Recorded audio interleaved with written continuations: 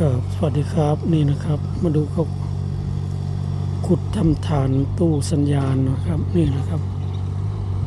ขุดเป็นหลุมแล้วเอาดินทำเป็นฐานให้มันสูงนะครับนี่กำลังขุดกันอยู่เลยครับตอนนี้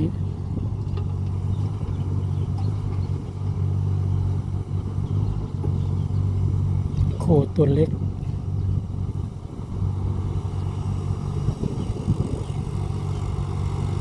นี่เครื่องทุนแรงทำอะไรก็ไม่นานครับแป๊บเดียวก็เสร็จไม่เหมือนสมัยก่อนนะครับใช้คนขุดกว่าจะเสร็จก็อีกหลายวันนะครับอันนี้ขุดชั่วโมง2 ชั่วโมงก็เสร็จแล้วนะครับนี่นะครับกองดิน